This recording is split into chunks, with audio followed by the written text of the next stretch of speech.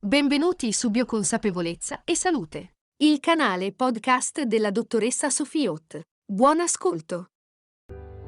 Favorire la pace giorno dopo giorno. Possiamo favorire la pace nella nostra vita quotidiana e anche nel resto del mondo, partendo da quello che pensiamo, diciamo e facciamo in prima persona. In questo articolo vorrei mostrare una strada che tutti possono percorrere e che ha proprio l'obiettivo di favorire la pace in molti modi e molte direzioni.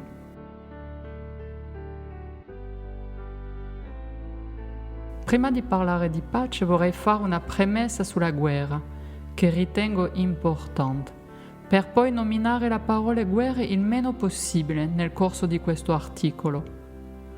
Purtroppo pace e guerra si alternano senza sosta. Sono anni che osservo la guerra, quella vicina e quella lontana, dai piccoli conflitti tra gli esseri umani vicini a me e che quindi conosco personalmente, fino ai grandi conflitti internazionali.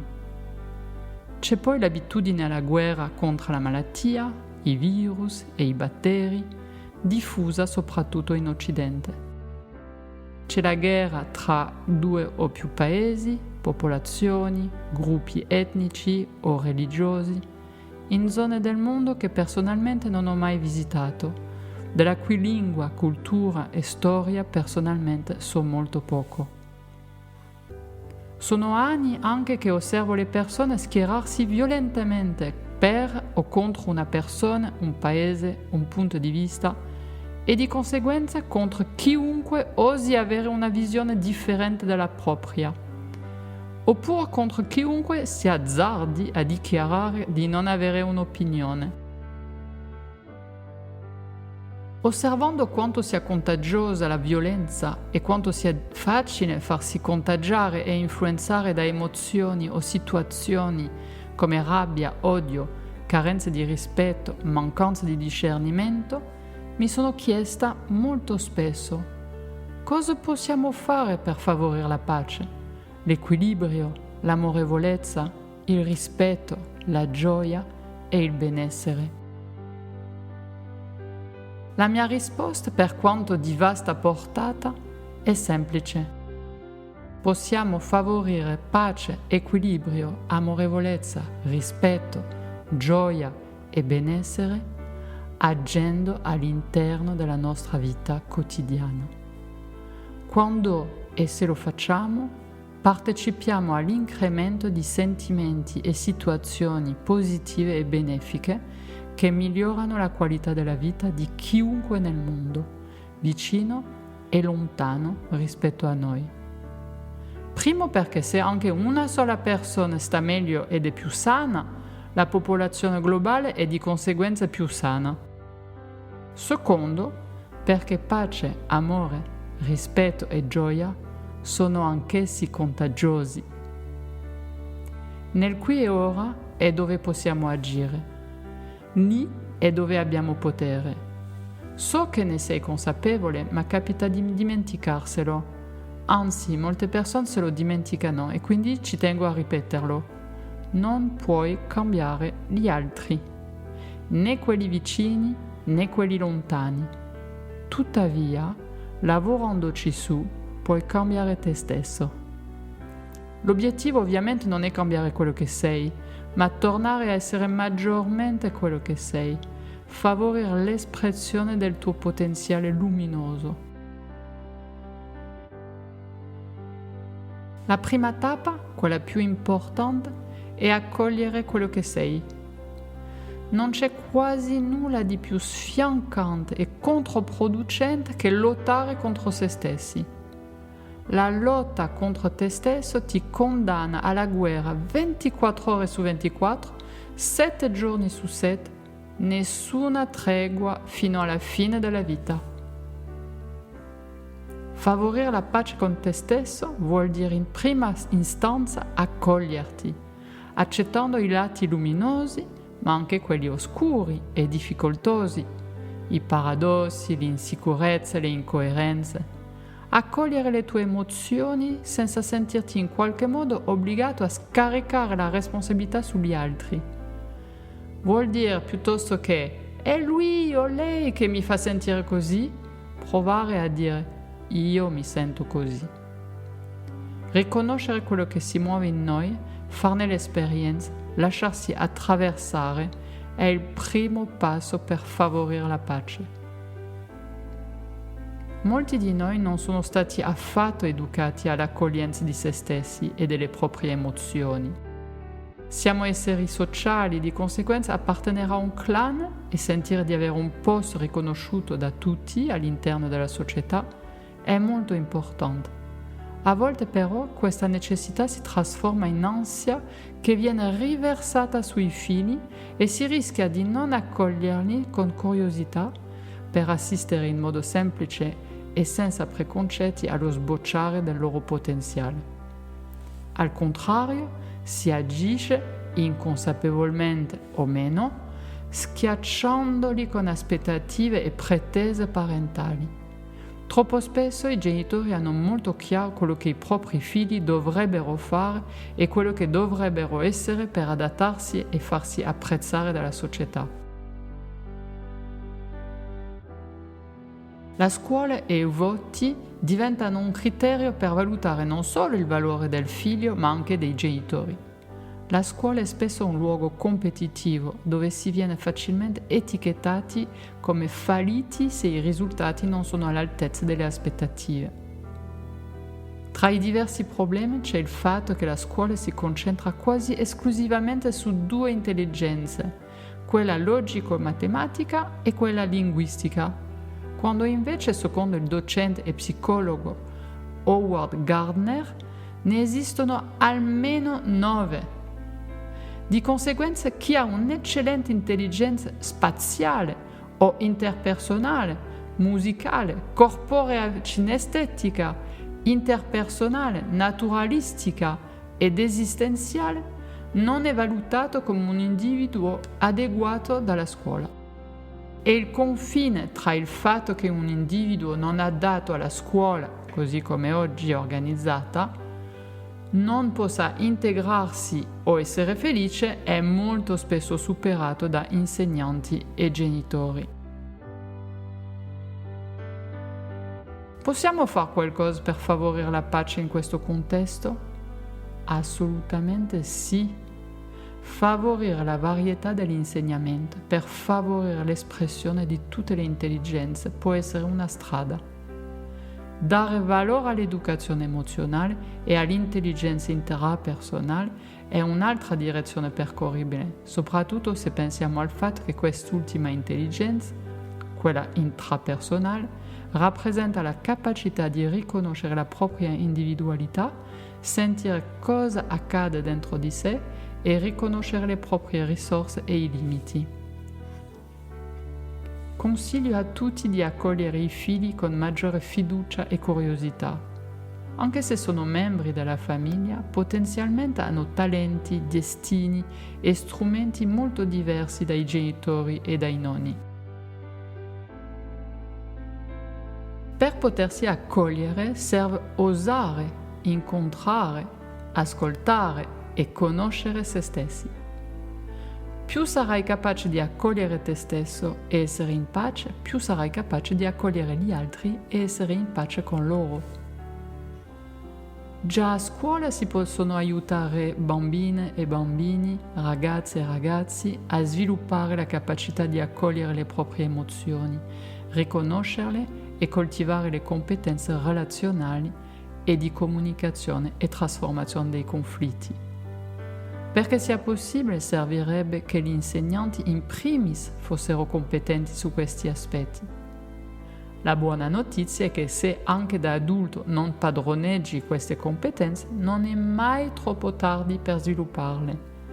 Non conosco migliore investimento sul proprio benessere e sulla propria salute che quello di acquisire nuovi strumenti per avere relazioni sane con se stessi, le proprie emozioni e ovviamente anche gli altri.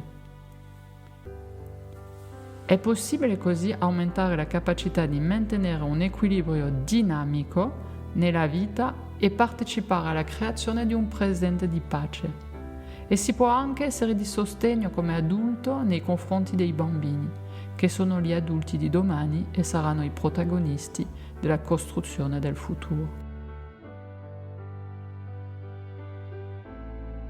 Quando ci diamo un obiettivo, non è importante solo l'obiettivo in sé, ma anche il modo che scegliamo per perseguirlo e così le parole che usiamo per pensare a questo obiettivo. Quando combatti la guerra con le armi della distruzione, alimentando rabbia e odio, non puoi raccogliere che altra rabbia e ancora odio. Se non c'è coerenza tra il tuo scopo e gli strumenti che usi per cercare di raggiungerlo, l'obiettivo si allontanerà da te sempre di più. Per questo è fondamentale che la strada per la pace sia costruita con sentimenti e azioni di pace, lontani anni luce dalle armi e dalla distruzione. Per riuscire in qualunque impresa, deve esserci coerenza tra fine e mezzi. Un altro ingrediente fondamentale per favorire la pace riguarda ancora una volta noi stessi.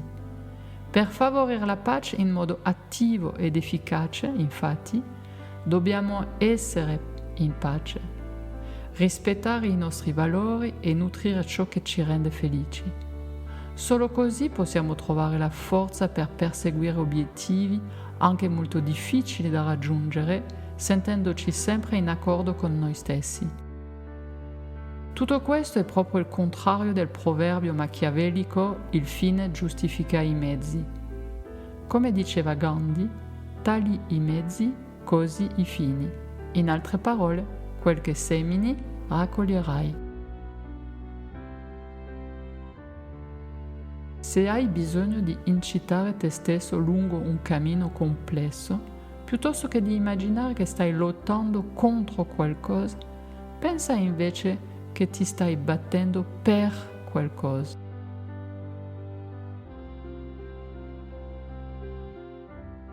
Di fronte a un punto di vista, ti propongo di porti ogni volta alcune domande. Il punto di vista per il quale stai combattendo ferocemente nasce da una tua esperienza personale diretta? Se non è un'esperienza diretta, sei sicuro della validità delle tue fonti di informazione? Sei sicuro che quello che ti è stato detto o mostrato sia reale? Purtroppo la televisione e i media in generale sono mezzi di trasmissione di massa, non di comunicazione. La comunicazione è tutta un'altra cosa. Questi mezzi focalizzano l'attenzione sul pericolo e il dramma, favorendo la dualità. Quando stiamo assistendo in prima persona e dal vivo a una situazione, abbiamo già un punto di vista ridotto. Nonostante sia possibile guardare a destra, a sinistra, davanti e dietro, mi piace dire che vediamo la realtà dal buco della serratura. La parzialità dell'informazione aumenta drasticamente quando la realtà è trasmessa tramite una videocamera. Il cameraman può scegliere un angolo specifico per mettere in evidenza qualche dettaglio o nasconderne altri, veicolando così alcune emozioni e orientando le interpretazioni. Visti i rischi di manipolazione, volontaria o meno, credo sia saggio dubitare prima di prendere un'informazione parziale come base o fondamento della propria lotta. La mia proposta è di verificare le fonti e studiare approfonditamente. È bene riconoscere la complessità delle situazioni. Quando non hai tempo e voglia di approfondire, autorizzati a dire "non lo so". Non sono abbastanza informato o informata per avere un'opinione su questo argomento. Non posso sapere chi ha ragione e chi ha torto. Potrai, immagino, trovarti invece d'accordo con molte persone sul fatto che la guerra è un dramma e che sarebbe molto bello trovare insieme soluzioni per favorire la pace.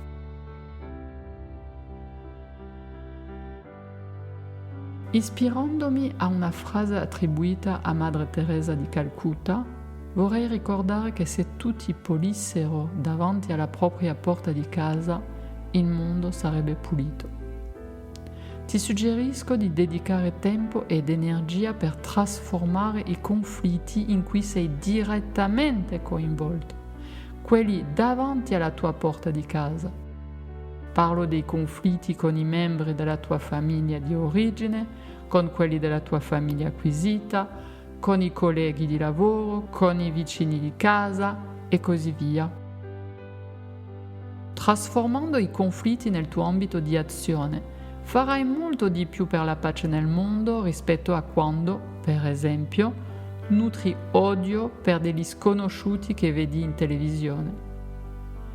Esistono conoscenze fondamentali tratte dagli studi sulla pace che trasformano una missione che sembra impossibile in un percorso pieno di soddisfazioni.